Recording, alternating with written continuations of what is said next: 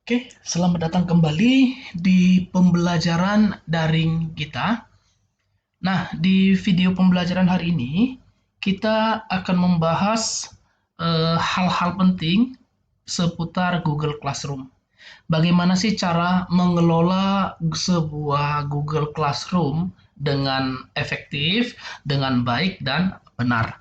Nah, seperti yang kita ketahui ya, teman-teman, terlebih rekan-rekan sesama guru, bahwa sistem pembelajaran kita kurang lebih selama setahun ini, kita sudah beralih yang biasanya kita menggunakan sistem pembelajaran luring, sekarang sudah masuk ke sistem pembelajaran daring.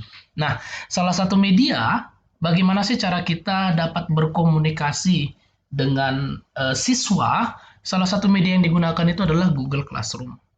Nah, yang menjadi PR bagi kita, terutama kita pendidik atau guru, bagaimana sih cara kita membuat sebuah Google Classroom agar Google Classroom tersebut dapat menjadi media yang optimal dalam sistem berkomunikasi dalam sistem pembelajaran kita kepada siswa. Nah, sebelum kita lanjut untuk konsep pembuatan dan lain sebagainya, memang harus kita akui bahwa sistem pembelajaran daring ini yang pastinya seoptimal apapun tidak bisa menggantikan kualitas pada saat kita mengajar secara luring ya. Karena pada saat kita mengajar secara luring, kita langsung bertatap muka dengan siswa. Di situ sangat jelas sekali kita bisa melihat secara langsung tingkat perkembangan siswa, bagaimana kira-kira bagian-bagian siswa, siapa kira-kira yang kurang mampu, siapa yang kurang paham, siapa yang butuh diperhatikan lebih, dan lain sebagainya. Nah, namun eh, berhubung karena memang pandemik yang terjadi di negara kita untuk kurang lebih hampir 1 tahun, oh sudah 1 tahun ya, sudah 1 tahun ini, jadi memaksakan kita eh, harus pembelajaran dengan konsep daring. Tapi nggak masalah, sebenarnya kita bisa tetap mengoptimalkan pembelajaran kita atau metode pengajaran kita kepada siswa dengan cara diantaranya yang pastinya menyiapkan video bahan ajar yang kita rekam sendiri, lalu kita share dengan siswa dengan baik dan benar atau secara tepat, kira-kira seperti itu. Nah, langsung saja kita mulai untuk pembelajaran kita. Nah, di sini misalkan kita ambil sebuah contoh. Jadi di sini yang pastinya ya untuk Bapak Ibu semua dan teman-teman semua, kita sudah buat beberapa kelompok kelas dalam hal ini. Nah, yang pastinya untuk kelompok-kelompok kelas ini teman-teman terutama guru atau rekan-rekan guru pasti sudah tahu ya untuk pembuatan classroom seperti ini. Jadi bagi yang memang kurang paham dan lain sebagainya, jadi itu bisa dipilih di sini ya, di tanda plus ini. Misalnya kita mau menambah sebuah kelas baru, kita tinggal pilih create or join a class. Jadi kalau misalkan kita mau membuat sebuah kelas baru yang mana, itu kita pilih pada bagian create. Namun kalau seandainya kita sebagai seorang siswa, bagaimana cara kita join? Ya, kita masuk ke dalam sebuah kelas ya, kita tinggal pilih join. Dengan cara kita akan diberikan kode untuk masuk atau semacam identitas untuk masuk ya. Nah, kira-kira seperti itu. Sebagai contoh, kita ambil salah satu eh, classroom yang sudah ada. Nah, kita pilih nih. Oke, nah di sini yang perlu teman-teman perhatikan ada beberapa bagian, ada stream, ada classwork, ada people, dan yang terakhir adalah grades. Nah, apa keempat bagian ini? Yang pastinya yang pertama adalah stream. Stream itu adalah setiap bagian tampilan yang kita sudah upload, yang dimana siswa tersebut dapat membaca, dapat memberikan komentar, itu bisa dilihat seperti ini contohnya ya. Jadi di sini ada jelas nampak semuanya. Nah, lalu yang berikutnya bagaimana cara kita menampilkan data-data di sini? Itu bisa ada dua cara ya untuk semuanya. Bisa kita langsung mengupload menggunakan stream, langsung dengan cara mengetik di bagian announce something to your class ini, atau kita boleh masuk ke dalam classwork. Oke, yang pertama kita masuk dulu stream. Nah, jadi untuk stream ini yang perlu teman-teman perhatikan bahwa Yang pastinya kalau kita ingin membuat supaya sistem pembelajaran yang kita bagikan kepada siswa itu bisa lebih rapi dan lain sebagainya, itu biasanya kita masuk ke dalam classwork ya. Nah, sebelum kita masuk ke dalam classwork, kita masuk dulu ke dua bagian ini. Yang pertama, apa itu people? Jadi di dalam people ini kita bisa mencek data-data yang ada di dalam peserta-peserta ya, yang ada di dalam classroom kita. Jadi kita bisa cek di sini, siapa-siapa aja sih sebagai teacher-nya, siapa-siapa saja sebagai siswa. Itu bisa nampak. Oke, nah yang berikutnya adalah grade. Grade itu adalah tempat seluruh nilai dan lain sebagainya yang pastinya ya. Jadi yang berhubungan dengan nilai itu nanti ada di sini. Kita bisa cek nanti apa-apa saja dan berapa nilai dan lain sebagainya itu ada di sini. Nah, itu kira-kira bagiannya. Sekarang kita fokus kepada bagian classwork. Nah, untuk classwork itu sendiri, apa yang pertama yang mau kita bahas? Yang pertama adalah di bagian grade. Bagaimana sih cara pemasukan data, bahan, dan lain sebagainya. Jadi, biasanya saya pribadi ya, untuk teman-teman terlebih Bapak dan Ibu guru, teman-teman seprofesi, biasanya di sini saya mengupload per pertemuan itu ada 4 bagian.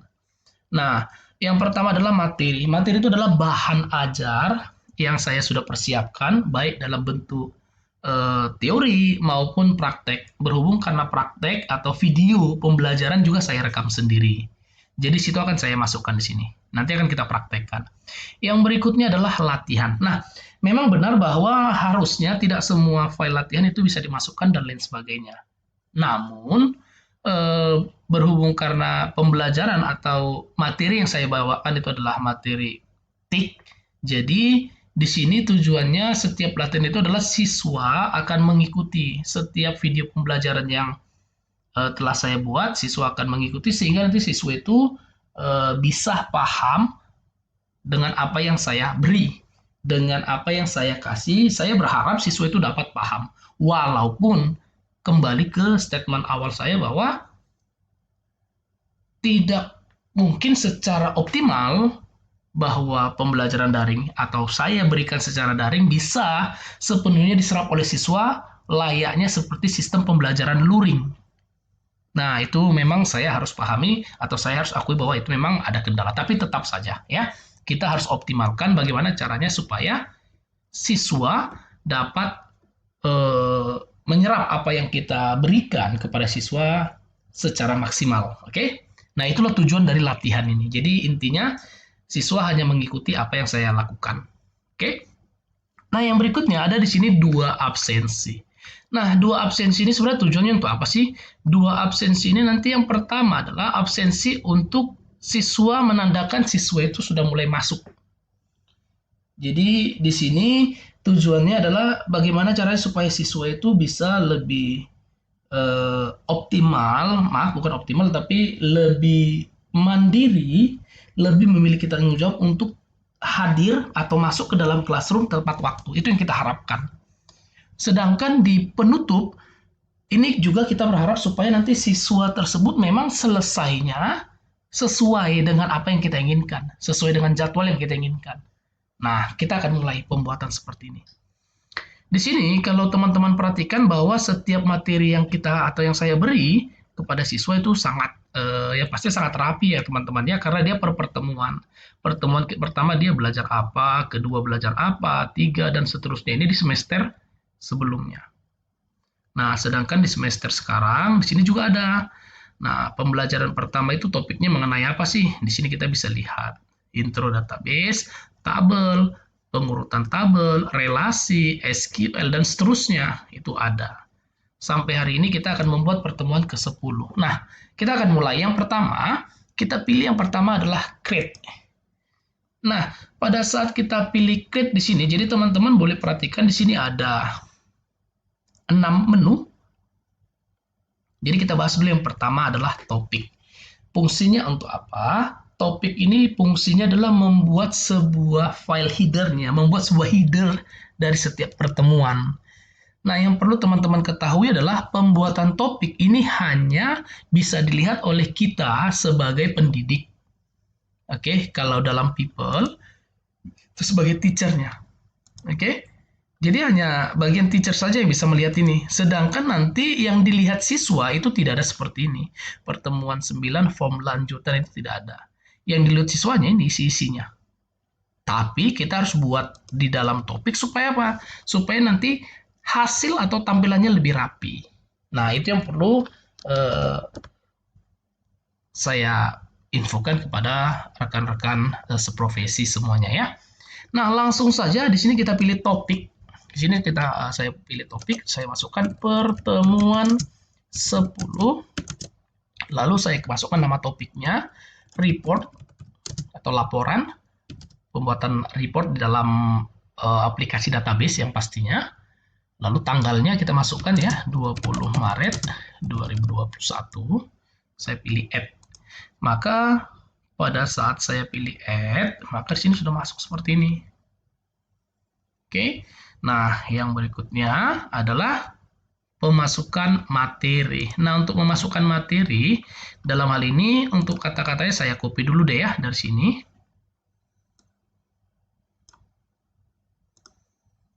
Nah, setelah saya copy, ini kita pilih create. Yang kedua, yang kita bahas tadi pertama topik sudah kita bahas, yang kedua adalah material. Material ini fungsinya adalah tempat untuk membuat kumpulan materi bahan ajar. Ini fungsinya. Jadi material ini fungsinya nanti tempat untuk memberikan daftar-daftar bahan ajar kita.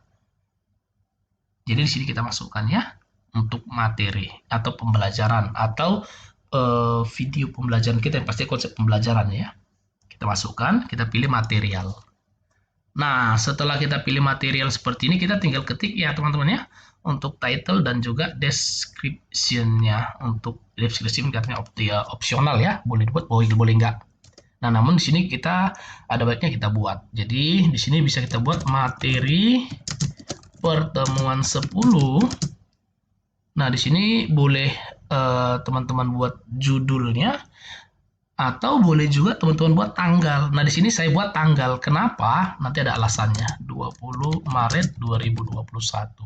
Nah, di deskripsi kita coba menyapa siswa kita atau menyapa peserta kita dengan cara memberikan kata-kata di sini ya. Maaf, kita close dulu.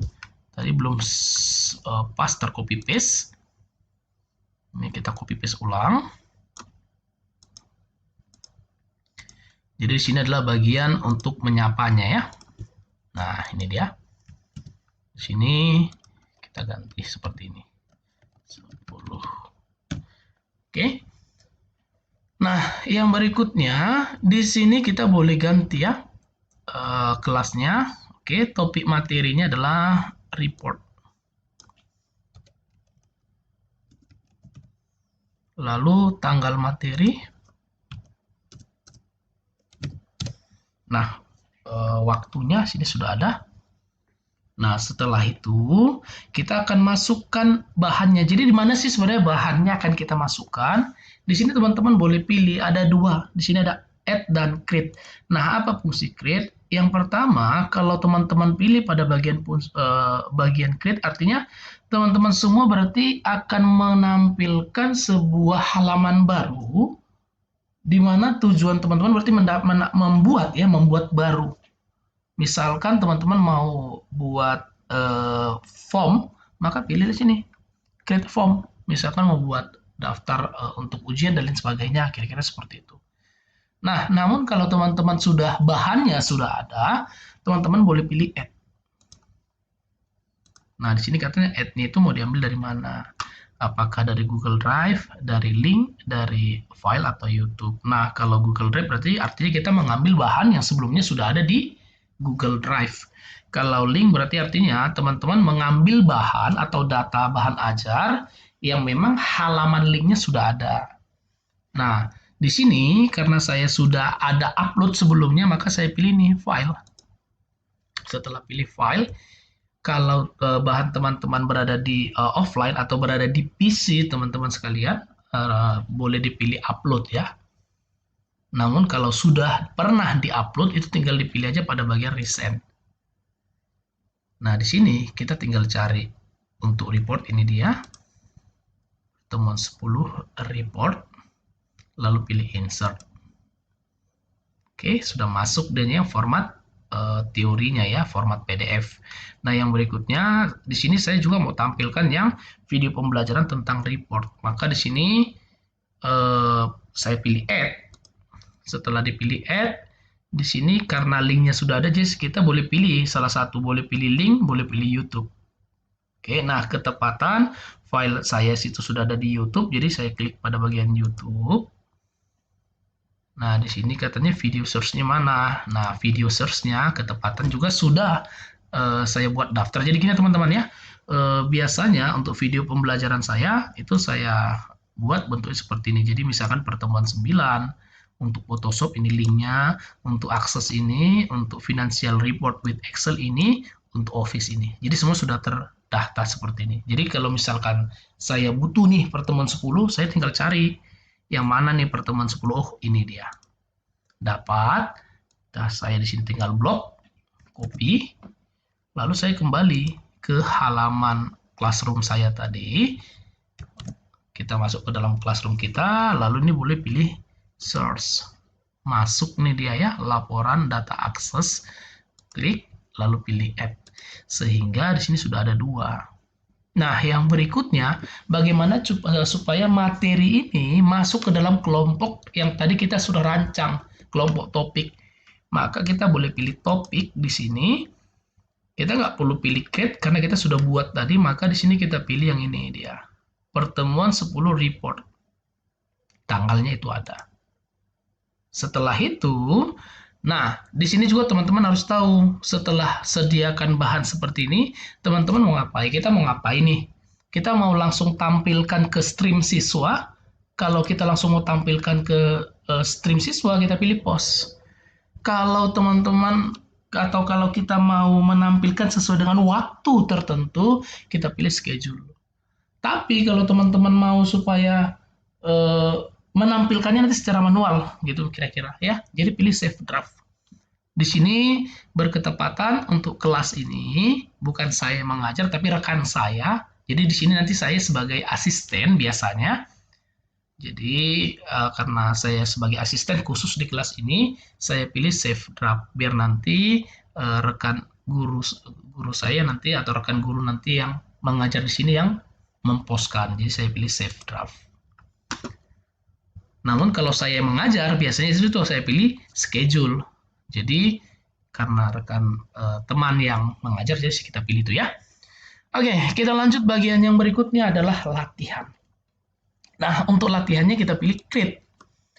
Di sini untuk latihan ada 3 teman-teman. Yang pertama adalah assessment, yang kedua adalah quiz assessment, yang ketiga adalah question. Apa fungsi yang 3 ini? Yang pertama yang kita bahas adalah question, karena question ini tidak kita praktekkan tapi cukup dimengerti. Di sini untuk konsep question itu sendiri teman-teman, konsepnya adalah jika kita ingin melakukan konsep pertanyaan secara essay, kira-kira seperti itu.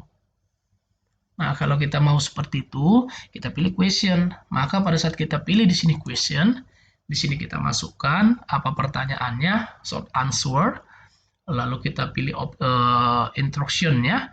Jadi nanti di bagian siswa di situ langsung langsung muncul nanti kolom untuk jawaban. Jadi situ nanti siswa langsung bisa menjawab, kira-kira seperti itu. Ya. Nah, namun di sini kita tidak buat seperti itu. Yang kedua, di sini ada assessment dan quiz assessment. Apa sih bedanya? Sebenarnya dua-duanya sama. Yang membedakan adalah kalau quiz assessment artinya kita akan membuat sebuah tugas, namun sudah disediakan sebuah create Google Form.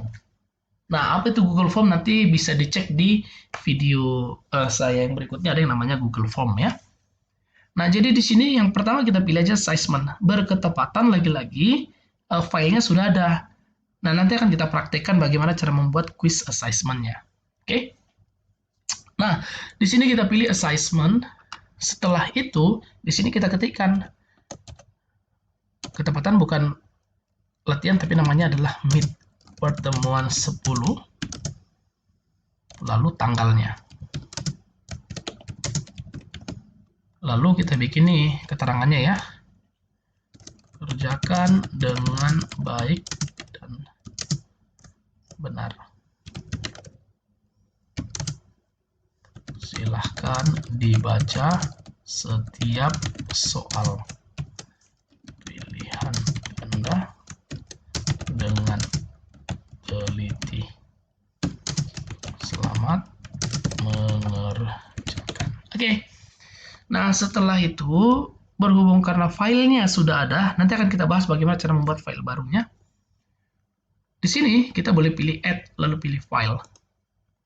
Setelah itu, karena file sudah ada, kita pilih recent. Setelah recent, ya udah, tinggal kita cari nih, ada meet kelas 11 IPA. Pilih insert, masuk datanya. Nah, pada saat sudah masuk datanya, yang perlu teman-teman perhatikan adalah ini, grade import ini sendiri. Apa fungsinya? Kalau teman-teman tidak aktifkan grade importnya seperti ini, maka kita nggak akan bisa import nilai secara otomatis. Jadi harus segini. Karena nanti bentuk konsep dari meet-nya nanti seperti ini teman-temannya, pada saat kita klik dia tampil seperti ini. Nah, ini dia bentuknya semacam pilihan ganda ya. Ini pada saat nanti kita diklik submit oleh siswa, itu nanti secara otomatis nanti langsung ada ya nilainya. Nah, kira-kira seperti itu. Nah, di sini saya tampilkan karena memang soal ini sudah selesai ya, sudah dikerjakan semua oleh siswa. Nah, yang berikutnya kembali, kalau sudah, di sini kita pilih topik. Setelah kita pilih topik, kita masukkan daftar seperti yang tadi, dia masuk ke dalam kelompok pertemuan 10 report. Nah, untuk batas akhir pengerjaan, ini perlu. Batas akhir pengerjaan kita bisa masuk ke dalam due date and time-nya. Kapan nih terakhir? Nah, misalkan kita mau nih terakhir di hari ini, tanggal 20 Maret, jam 3 sore. Ya. Nah, jadi setelah ini selesai, lagi-lagi kalau seandainya saya sebagai pengajar, bisa saya pilih schedule. Namun karena bukan saya mengajar, tapi rekan saya yang mengajar di kelas ini, maka saya pilih save draft. Nah, oke. Sekarang kita akan masuk ke bagian absensi. Bagaimana cara pembuatan absensi? Nah, untuk absensi itu kita pilih create. Nah, di sini kita akan coba praktekkan bagaimana sih cara pembuatan quiz assessment atau pembuatan menampilkan ini ya. Tadi kita sudah buat assessment-nya. Maka quiz assessment kita pilih tampilannya sama dengan assessment. Nah, bedanya di sini sudah ada sebuah form. Jadi ini biasanya saya gunakan, ini biasanya kami gunakan atau kita gunakan untuk form absensi siswa. Supaya nanti nampak daftar kehadirannya, siapa yang terlambat, dan lain sebagainya biar rapi. Nah, nanti kan kita praktekkan, kita akan cek bagaimana sih cara melihat siapa yang terlambat dan enggaknya ya. Oke, langsung saja di sini kita boleh pilih title. Kita buat ini absensi pertemuan 10. Di sini adalah absensi pembuka. Tanggalnya kita buat supaya siswa nanti melihat, oh ini dia untuk absensinya. Tanggal 20 Maret. Nah, yang berikutnya, ini boleh kita klik ya. Ini boleh kita klik. Muncul nih rak seperti ini. Nah, setelah itu di sini kita bisa buat ya teman-teman semua ya. Blank quiznya kita ganti. Kata-katanya menjadi absensi pertemuan 10. Ketepatan karena absensi setiap pertemuan itu kita membuatnya ada dua. Absensi pembuka dan penutup. Jadi sini saya buat absensi pertemuan A. Sini saya buat contoh aja deh ya. Nanti takutnya mengganggu ke absensi yang lain. Nah, kira-kira seperti ini cara pembuatannya. Nah, di sini tinggal kita sesuaikan aja semua ya dengan form description-nya juga sama, nggak masalah. Yang berikutnya di sini kita tinggal buat question-nya apa. Klik di sini untuk konfirmasi kehadiran siswa, misalkan seperti ini. Nah, yang berikutnya di sini kita buat hadir. Lalu di sini kita buat misalkan terlambat. Nah, misalkan dua aja. Kalau teman-teman mau buat yang lengkap bisa saja ya, hadir, terlambat, lalu sakit izin bisa dibuat. Jadi nanti tinggal konfirmasi ke wali kelas masing-masing, kira-kira seperti itu. Nah, setelah itu kita pilih nih. Nah, misalkan kita mau tanda hanya yang hadir saja yang dapat poin biar nampak. Kita bisa pilih, lalu dengan poin berapa. Kita buat misalkan 100. Agar apa? Agar nanti kita bisa lihat nih siapa yang telat, siapa enggak pada saat kita import. Nah, kita pilih dot. Dia akan masuk seperti ini. Answer key-nya sudah ada 100 poin ya. Nah, supaya nanti ada tanda bahwa itu penting, kita bisa pilih pada bagian require-nya ini. Jadi ada dalam bentuk bintang nanti. Nah, setelah itu bagaimana? Setelah itu kita pilihlah settingannya. Nah, settingannya apa yang mau kita lakukan? Yang pertama, bisa kita aktifkan collect email address kalau kita mau, jadi supaya nanti nampak untuk email-email yang mengirimnya.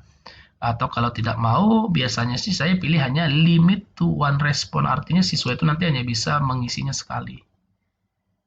Menghindari siapa tahu siswa nanti telat mengirim ulang dan lain sebagainya.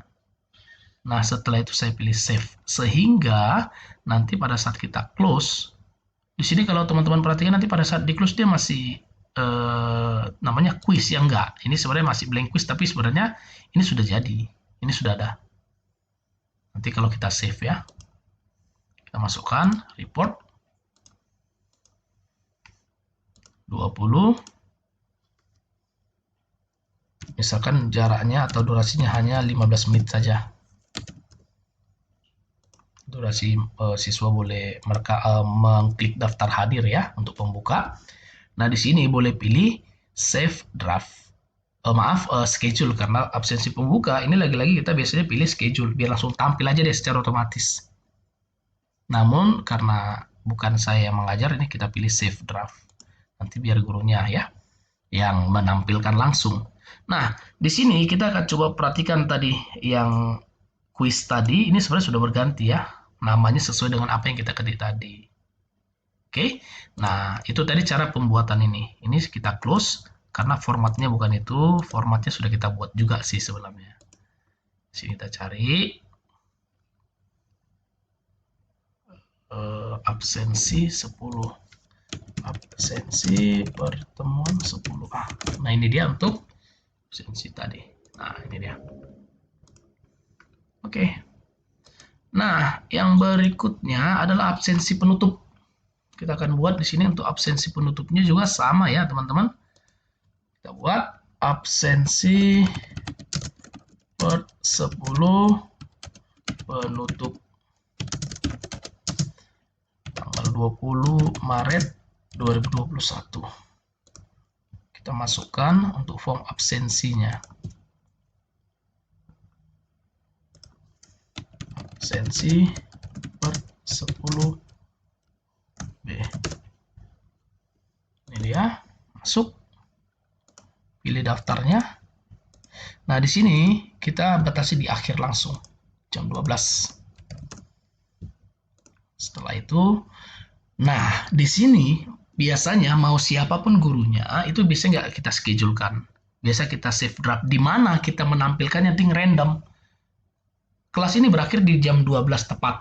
Kita bisa aja menampilkan di 11.47, di 11.52, di 11.55, di 11.54, kira-kira seperti itu. Sehingga apa? Sehingga nanti waktu tampilnya acak, siswa harus benar-benar aktif melihat.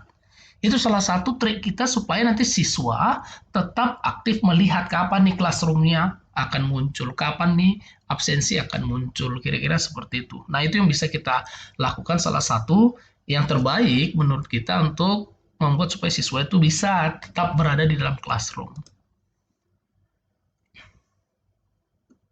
Nah, itu dia ya. Kenapa tadi harus kita pilih save draft siapapun yang membuatnya. Nah, itu dia untuk bagian-bagian konsepnya. Sekarang kita akan coba melihat bagaimana sih ini untuk absensi dan lain sebagainya. Nah, dalam hal ini kita akan coba praktekkan ke salah satu file yang sudah ada Meet-nya yang belum saya import ya. Kita akan coba cek di Sini deh, misalkan 12 MIPA 1. Kita akan lihat di classwork-nya.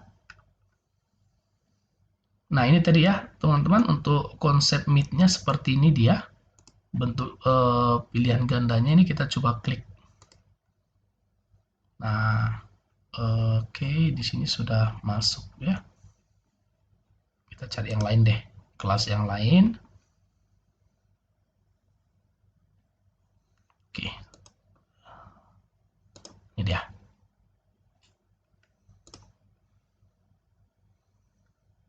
Nah, misalkan ini. Nah, ini kan masih kosong ya, teman-teman ya. Masih kosong. Nah, bagaimana cara kita untuk memasukkan filenya? Karena tadi kita sudah buat Google Form-nya. Nah, untuk Google Form sendiri, nanti ada video pembelajaran khusus bagaimana cara membuat sebuah Google Form yang baik dan benar untuk persiapan file atau form ujian ya. Nah, di sini karena formnya sudah ada, bentuk pilihan ganda, maka kita langsung import. Ini dia sedikit gampangnya. Klik import, lalu pilih import. Maka secara otomatis data siswanya nanti akan masuk nih berapa. Ini benar semua. Ini salah satu. Kira-kira seperti itu. Dia langsung masuk. Oke. Nah, seperti itulah teman-teman untuk cara untuk melakukan atau bekerja di dalam sebuah classroom. Jadi, semoga video pembelajaran ini, tujuan dari video pembelajaran ini, semoga bermanfaat bagi teman-teman semua, terutama untuk rekan-rekan seprofesi, rekan-rekan pendidik. Semoga video ini sangat membantu.